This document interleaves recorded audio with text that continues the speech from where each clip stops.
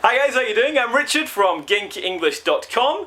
Today I'm going to show you the basic Genki English 45-minute lesson plan. So we start off with warm-up and review, takes 5 minutes.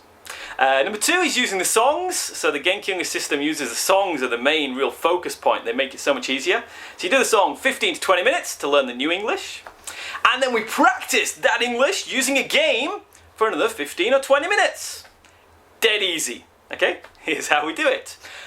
So number 1, warm up and review. So basic things, stand up, sit down, hands up, hands down, blah, blah, blah. You give a command, the kids repeat it, and stand up and sit down and do the actions. And then one of the most important things is you review all the questions you've taught in previous lessons. So the Genki English lessons are mainly about questions, because that's what kids like to ask.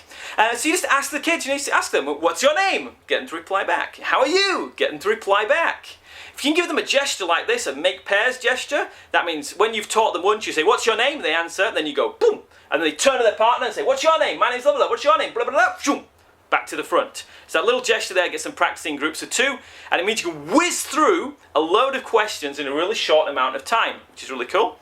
And then the main review comes from doing the song from the previous lesson in this week's lesson. So the song is basically, it's the encapsulation, it's the main little bit of the lesson, just in 3 minutes, shrunk up in the core of it. So in 3 minutes you can review the whole previous lesson. And that's really important. Because a lot of methods and a lot of systems, you do 1 week you do fruits and then you do numbers and there's no link between them. But in Genki English, we want you to do 1 lesson and build on it in the next, and build and build and build and build and build and build, so the kids get really, really good. So you do that by reviewing the song from the previous lesson. Ideally, you'd review all the songs in your lesson, but I don't think any of us have enough time from that, so you just do the previous song. Gets kids excited, it makes them remember the English from last time, so they go, oh yeah, that's cool, and then they're ready for something new. So, we've got the new English with the new song for this week's lesson. So start off with introducing the new phrases. You can either do this in several ways. You can put the kids on the computer games and do it that way, or the more traditional way is you just whack up the Genki English software here onto a TV or a projector, hit the buttons on the keyboard, flashcards come up, you can hear the sounds, the kids repeat it, blah, blah, blah, blah, do this and stuff like that. If you're old school, you just print out the PDF flashcards and you can use the flashcards to teach the new words. But obviously if you can connect it to a TV, it's just dead easy to do. It makes so much difference for the kids. The next thing is the meanings. So you've got to explain, or even better, ask the kids what the words mean. So for example, if you're doing like dogs, cats, bananas, apples, it's pretty obvious what they mean. But when you come to do things like, you are, I think, it's really important the kids actually grasp what you're actually trying to teach and what they actually mean. So rather than just lecturing them and saying, this means this, ask them in their language, say, どんな意味でしょうか? And get them to think about it, What do you think this means? And get them to think about what it could possibly mean, which, as you know, is a vital skill when you're learning a foreign language. And then we've got the gestures. So the gestures are important for the kinesthetic, or the kids who learn using their body language and stuff. If you're not into gestures and stuff, just ask the kids. They'll make their own gestures up, and they'll go crazy, and you'll have a great time laughing about it. But if it's their own gesture, they'll remember it a lot easier. So it makes it a lot easier to remember the English.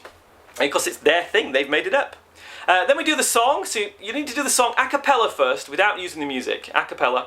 So that we use the mini lessons on the software, hit the mini lesson button and I'll teach the kids the song. And then finally the main thing, the big music. You crank up the volume, play the song. If you've got it on a TV, you've got all the animations and stuff there from the CDs or download pack, and the kids love it and they go crazy, and it's like the Matrix, when he plugs the thing in his neck and goes, I learnt Kung Fu.